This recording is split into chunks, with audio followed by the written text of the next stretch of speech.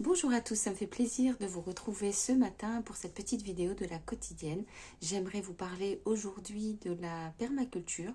Je suis en plein stage donc de permaculture et yoga. Les deux n'ont pas un rapport aussi évident que ça.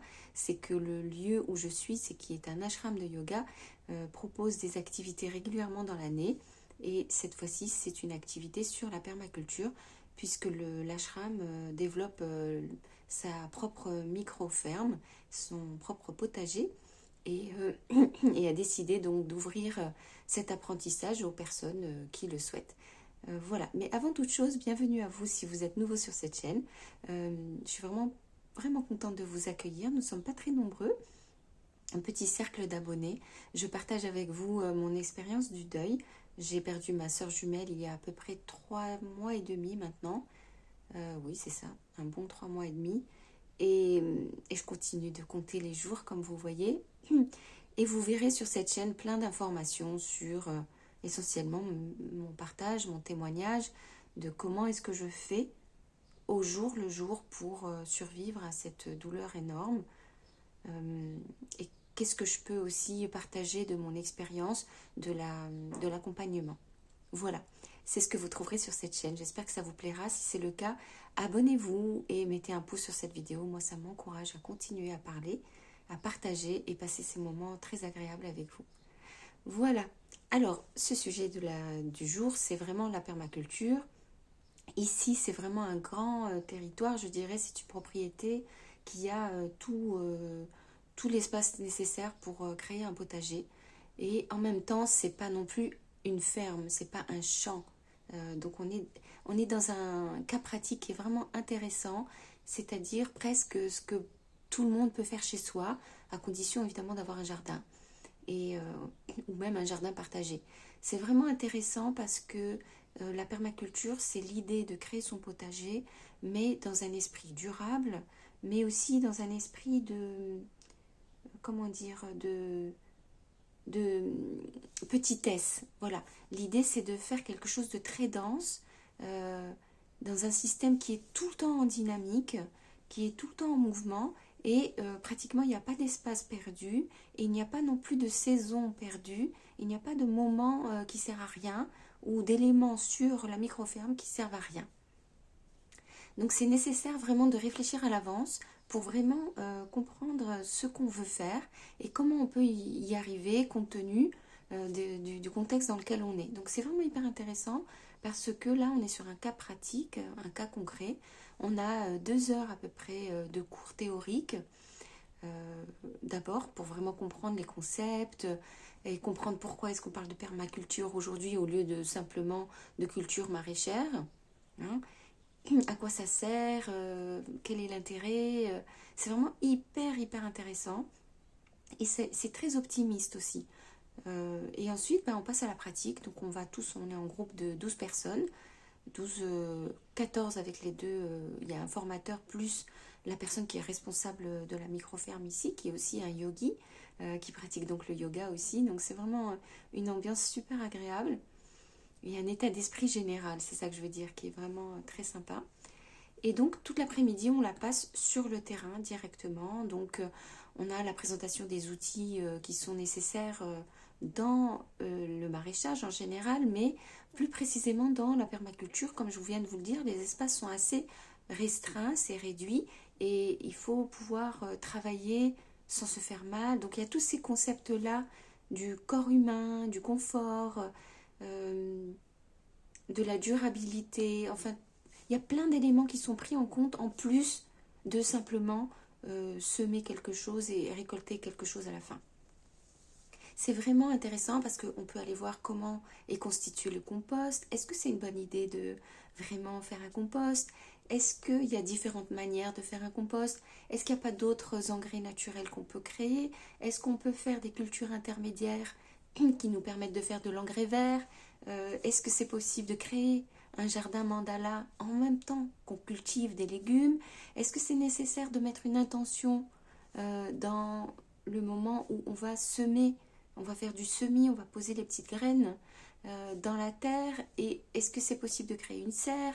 Est-ce que c'est encore écologique de parler d'une serre? Toutes ces questions-là, bon, vous avez à peu près déjà les réponses, hein, parce que c'est évidemment, tout ce que je vous dis, c'est à peu près ce qu'on fait. Et c'est vraiment super. Donc là, après, il y a le côté physique où on est vraiment amené à utiliser nous-mêmes les outils et à créer des vraies planches de culture. Donc on y va, on bêche, on creuse, on utilise des râteaux, des gélinettes, des crocs. Alors vous, si vous êtes dans le domaine, et bien vraiment, ça me ferait plaisir si vous me laissez des commentaires et vous me dites comment ça marche chez vous, enfin, voilà, si vous savez de quoi je vous parle.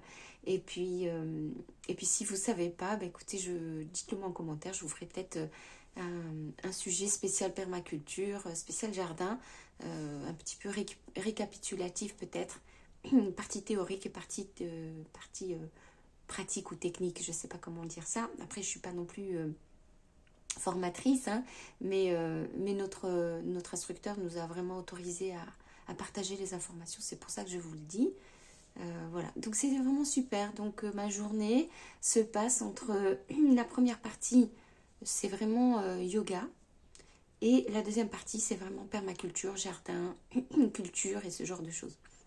Et le soir, eh bien, c'est le dîner et on reprend une séance de yoga avec la méditation, les chants des mantras et la conférence.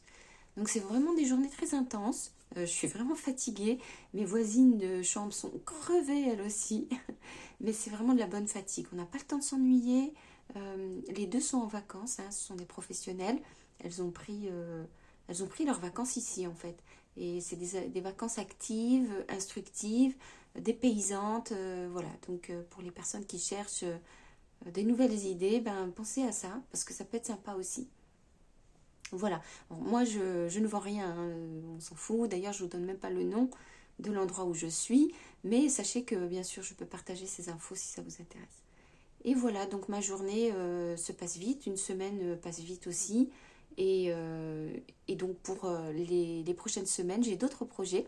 Donc je vous demande de rester connecté à ma chaîne et vous aurez ainsi mes prochains projets futurs qui arrivent dans la foulée. Alors, pour ceux qui ont suivi mes vidéos précédentes, là, les 3 semaines et demie que j'ai passées au centre de bouddhisme tibétain me manquent aussi, me manquent beaucoup. J'ai passé un temps formidable là-bas. Et sincèrement, je serais restée là-bas si j'avais pu. J'aurais même pas hésité une seconde, je serais restée là-bas. C'était mon coup de cœur, j'avais vraiment envie de rester là-bas.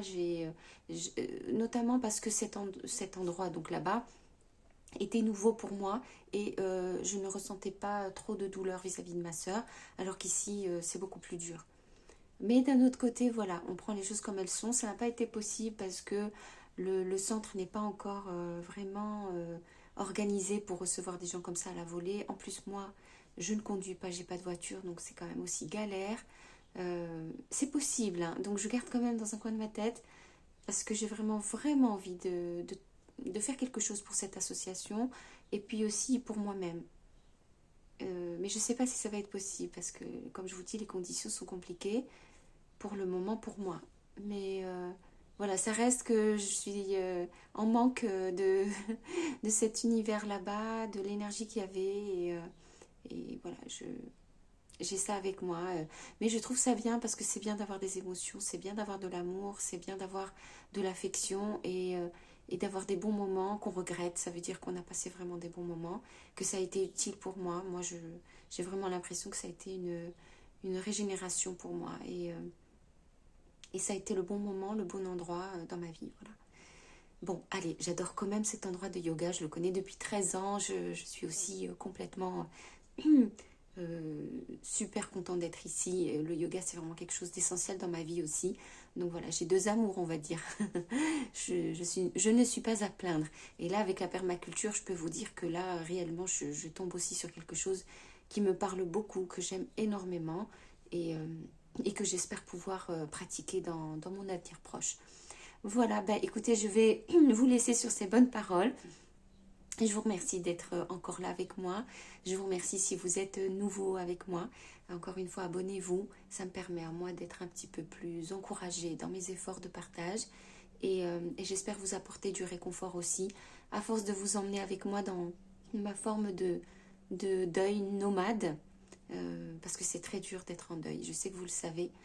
Ne soyez pas timide, racontez-moi comment vous allez vous. Il y en a beaucoup, il y en a certaines d'entre vous qui le font et ça me fait vraiment plaisir que vous me fassiez confiance et que vous fassiez confiance aussi à notre petite communauté sur cette chaîne. Voilà. Ben, prenez soin de vous, j'essaye de prendre soin de moi, ensemble on arrivera à quelque chose et je vous donne rendez-vous pour la prochaine vidéo. À très vite.